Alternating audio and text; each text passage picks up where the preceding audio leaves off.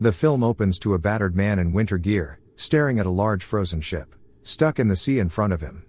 He turns around and slowly makes his way through the thick snow, until he comes across a lonely town, blanketed by snow and thick mist. This town is called Barrow, a small town in Alaska. At this time of the year, the town experiences 1 month of straight darkness, and today is the last day of sun. We then see 2 police officers, Sheriff Eben, and his friend Officer Billy, standing in the snow looking down at a charred area. In front of them are a bunch of cell phones, all burnt to a crisp. Billy jokes that someone may have been upset about their roaming charges, and thinks maybe it was some kids pulling a prank, but Eben says they would have left a note, or something.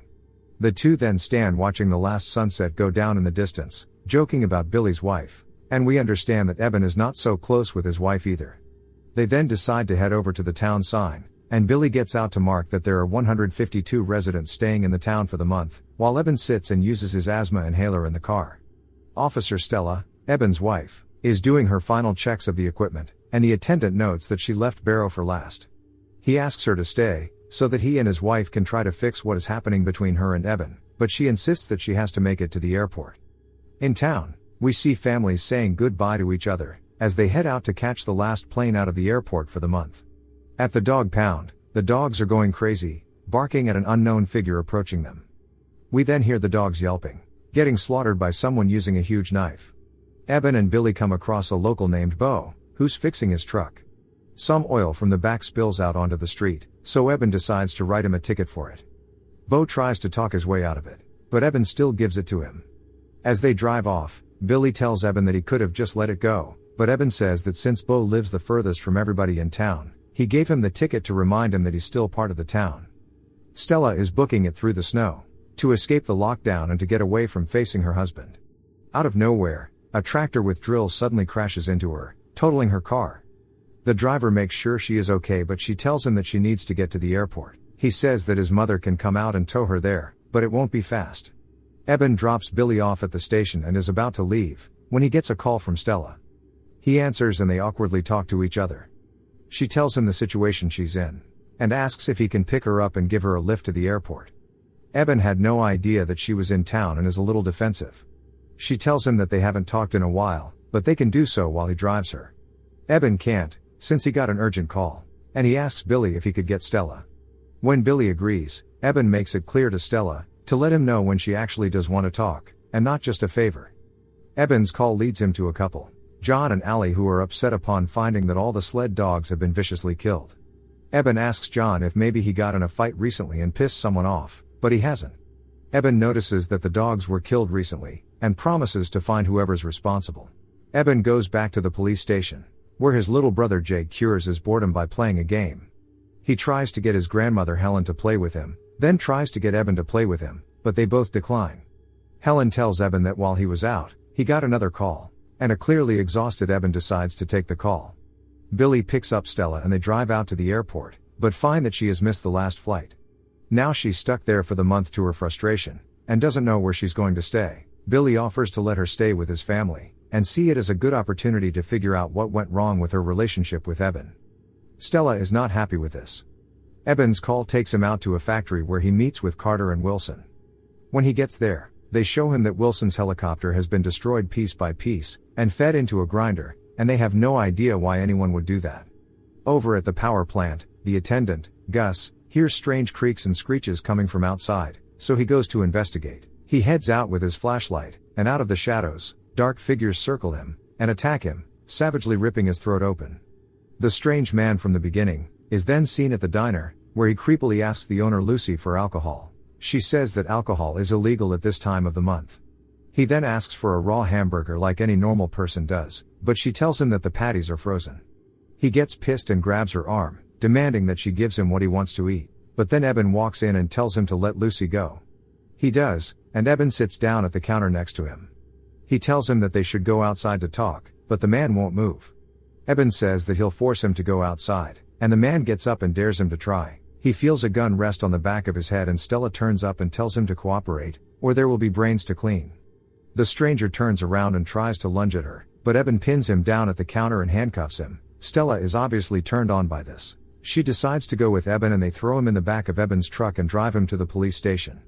Over at the plant, 3 pipeline workers, 2 males and a female, are getting off their shift. They joke about which guy is taking her back home, or maybe both. She tells them to decide, and they decide to play rock paper scissors for the cheeks. Out of nowhere, something snatches one of the guys named Gabe, pulling him into the shadows. They stand there calling for him, when his corpse falls from above. His throat is missing as his blood spills into the snow. The other dude stands there shocked, not noticing figures approaching him, while the cheeks books it out of there. While in jail, Eben asks the stranger how he got there, since they would have seen him before if he traveled there by plane, so he's not from around there. The stranger remains silent. Eben figures that they have plenty of time to talk, since no one's coming for him, and he's stuck there for the month. The stranger then begins to talk about how they're all helpless against what's coming. Stella says that he's just trying to freak them out, and Jake says it's working. He also tells them to board the windows, to try to hide, but they're coming regardless. Eben asks him who they are, and then the power goes out for the entire town. Eben decides to go check on Gus, and the stranger tells them to do so. When Eben goes to the power plant, he sees that the door is busted open. He grabs his pistol and goes in, until something catches his eye in the snow. It's blood, and lots of it. Eben follows the blood trail and finds Gus' severed head impaled on a pole. Eben freaks out and drives to the main street of the town, telling everyone to go to their homes and get out their guns. For those who don't have generators, he tells them to go to Lucy's diner and wait there. John, the man whose dogs were all killed, sits nervously by his rifle, on high alert after what has happened, and the warning from Eben. Allie is in the kitchen looking about dinner, when something bursts through the kitchen window. John bolts into the kitchen where he sees Allie being dragged through the window and under the house. He grabs his rifle and aims, but is then slashed in the face. Allie screams for him and he tries to pull her out, but the thing attacking her breaks his leg, before Allie is pulled away for good. Back at the station, Stella, Helen, and Jake play a board game until the man stands up and begins to speak ominously. He says that the cold they're feeling isn't the weather, but death approaching. He also says that he's going to be rewarded for helping them. Jake tries to get him to shut up and throws a piece of the game at him. The man says that he shouldn't have done that, since he can now use the piece to pick apart the lock. Jake runs to retrieve the piece from the cell, but the man grabs his throat and squeezes, when Eben suddenly shoots him in the arm. Eben tells Allie to get the first aid kit, before he grabs the man and handcuffs him to the cell. He tries to find out who is out there, who he is speaking about, and who in hell did that to Gus, but the man simply screams at him that he doesn't talk to dead men. Eben decides to let the man bleed while he goes out to get help, and Stella decides to go with him. They leave Helen and Jake at the police station, who are armed only with a stun gun in case the man tries to do anything. As they drive through the snow, Eben suddenly has Stella stop the truck. He gets out and walks out to the front of the car, and swears that he saw something up ahead of them. When Stella looks through her binoculars, she yells at Eben to get back into the truck. They pull into reverse and speed back towards town, when a figure jumps on top of the car and begins to smash the roof. Eben shoots through the roof, but the bullets don't have any effect. Stella then slams on the brakes and the thing is launched into the snow. They drive away and pull into town, where they see fires everywhere. They suddenly hear screaming over the radio, so they speed off to the police station. They burst in with guns drawn, but there is no sign of Jake or Helen, and there's a lot of blood in the corner. The man is still handcuffed to the jail cell, and gets upset. He says that they didn't take him. Eben asks if they took his brother and the man doesn't respond, and Eben starts to cry.